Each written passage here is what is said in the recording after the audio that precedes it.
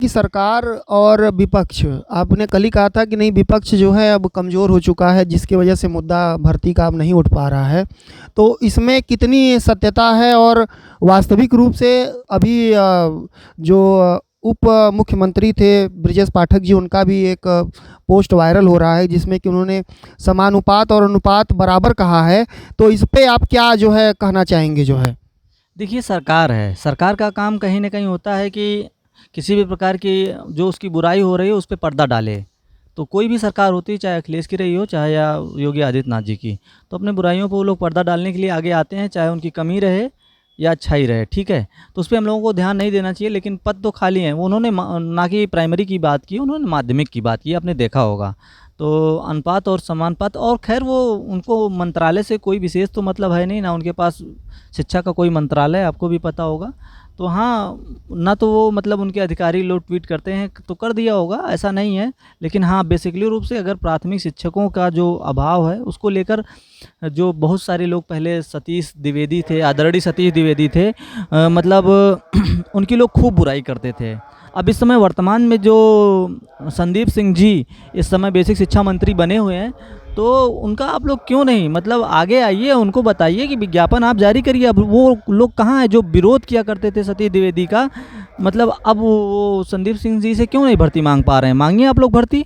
अभी हाल में कुछ अभ्यर्थी जो है गए हुए थे संदीप सिंह जी के पास में, उन्होंने प्रत्यावेदन और ज्ञापन दोनों दिया था, लेकिन बट उन्होंने प्राथमिक शिक्षक भर्ती पर मौन साध लिया, वही कुछ उन्होंने बताया नहीं। तो इस पर आप क्या टिप्पणी करना चाहते हैं? उनसे किस किस तरीके से भर्ती मांग रहे हैं प्राइमरी का आप जो है?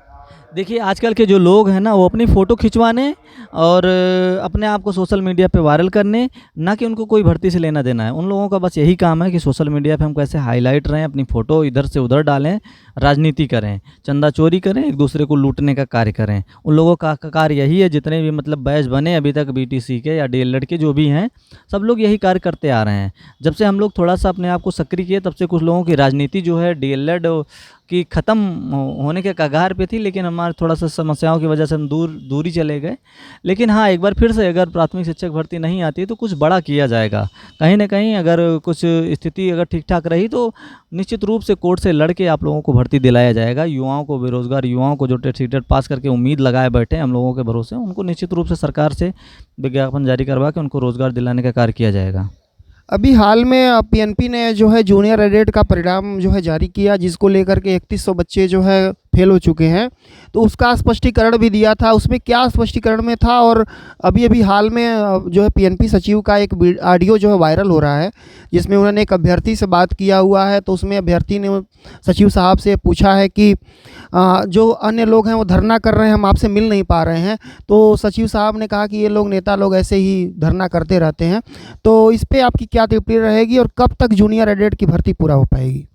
देखिए यार, मतलब इतने साफ और सुथरे ढंग से जूनियर एडेड की भर्ती हुई है। अब लोग आरोप प्रत्यारोप, देखिए जो जिन लोगों का हो नहीं पाता वो लोग आरोप प्रत्यारोप लगाते हैं कहीं न कहीं। वो सोचते हैं कि हम आरोप प्रत्यारोप लगा के सफल हो जाएँ, ठीक है? ऐसे ही कुछ तथाकथित लोग, मूर्ख टाइप के लोग मेरे रिज़ल्ट को लेकर लगातार वायरल कर रहे हैं फर्जी तरीके से।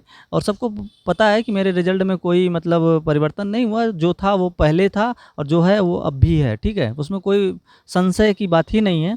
लेकिन मैं उन लोगों को बताना चाहूँगा कि पीएनपी के द्वारा किसी भी प्रकार का जो ये सब फर्जी चीज़ें वायरल कर रहे हैं, बिल्कुल परिवर्तन नहीं होगा उसमें। सावधान रहिए, एकदम सतर्क रहिए, चंदा चोरों से सावधान रहिए और अपने आप को आगामी भर्ती के लिए तैयारी करिए। पीएनपी को अपने जो अधिसूचना उन्होंने जारी किया था, उसमें ये क्यों लिखना पड़ा कि दलालों से सावधान रहें?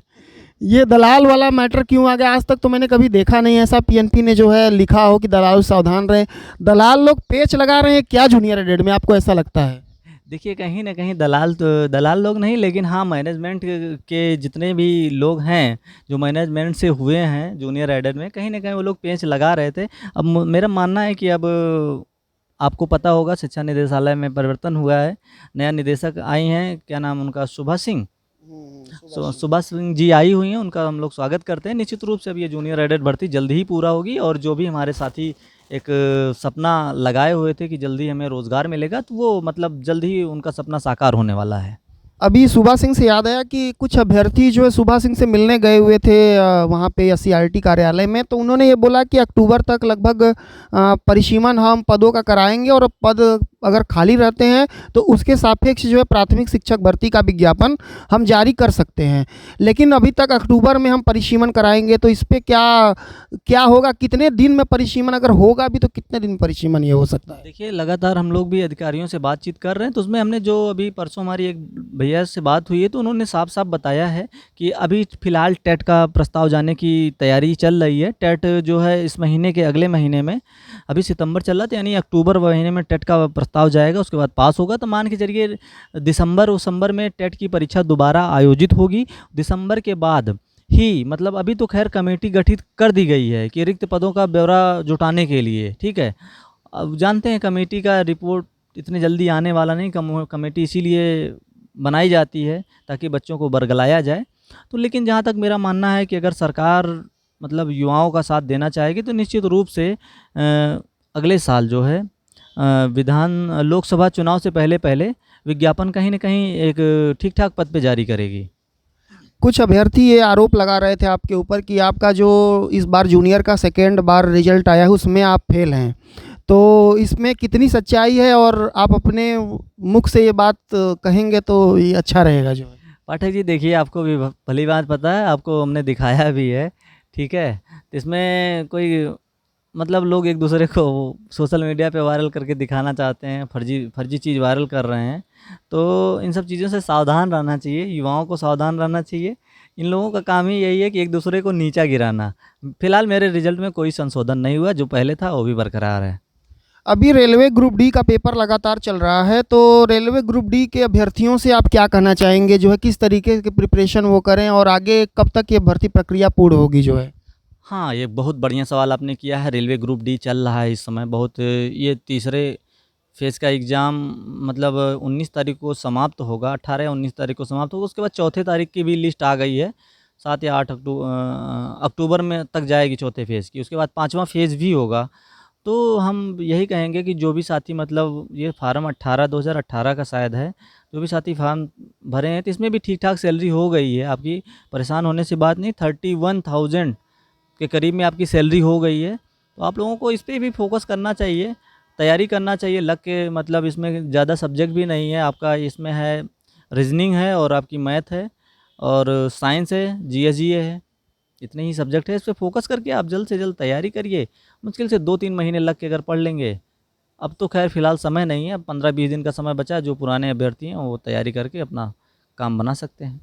जिनका भी हाल में पेपर 2-4 दिन 5 दिन बाद लगा हुआ है, हाल का पेपर जो है, तो उनके लिए क्या सुझाव रहेगा, किस हिसाब से वो तैयारी लास्ट चरण में करें जो है? देखिए, लास्ट चरण में मैं उनको यही कहना चाहूँगा, रीज़निंग पे थोड़ा जो जिस विषय पे उनकी कमांड है, जैसे कि 30 नंबर की आपकी रीज़निंग आएगी, 25 की जीएस-जीए आएगा और साइंस आएगी 25 की और 20 की मैथ आएगी। तो उनको लग के काम करना चाहिए। इसमें यही है कि जो सब्जेक्ट पे आपकी कमांड हो, और मान के चलिए इसमें ज़्यादा क्वेश्चन ज़्यादा करने की ज़रूरत नहीं है आपको। जो भी साथी हमारा मान के चलें 65 क्वेश्चन सही कर ले गया, और इसमें अभी परसेंटाइल का मामला है, वो थोड़ा-सा बढ़ेगा, तो हमें लगता है ज़्यादा क्वेश्चन टच नहीं करना चाहिए अभ्यर्थियों को। जो सही आ रहे हैं, 65 से 68 क्वेश्चन करे, सही करे, ज़्यादा क्वेश्चन टच भी ना करे, 70 क्वेश्चन करके 65 कर देता है, तो निश्चित रूप से उसका सिलेक्शन पक्का है।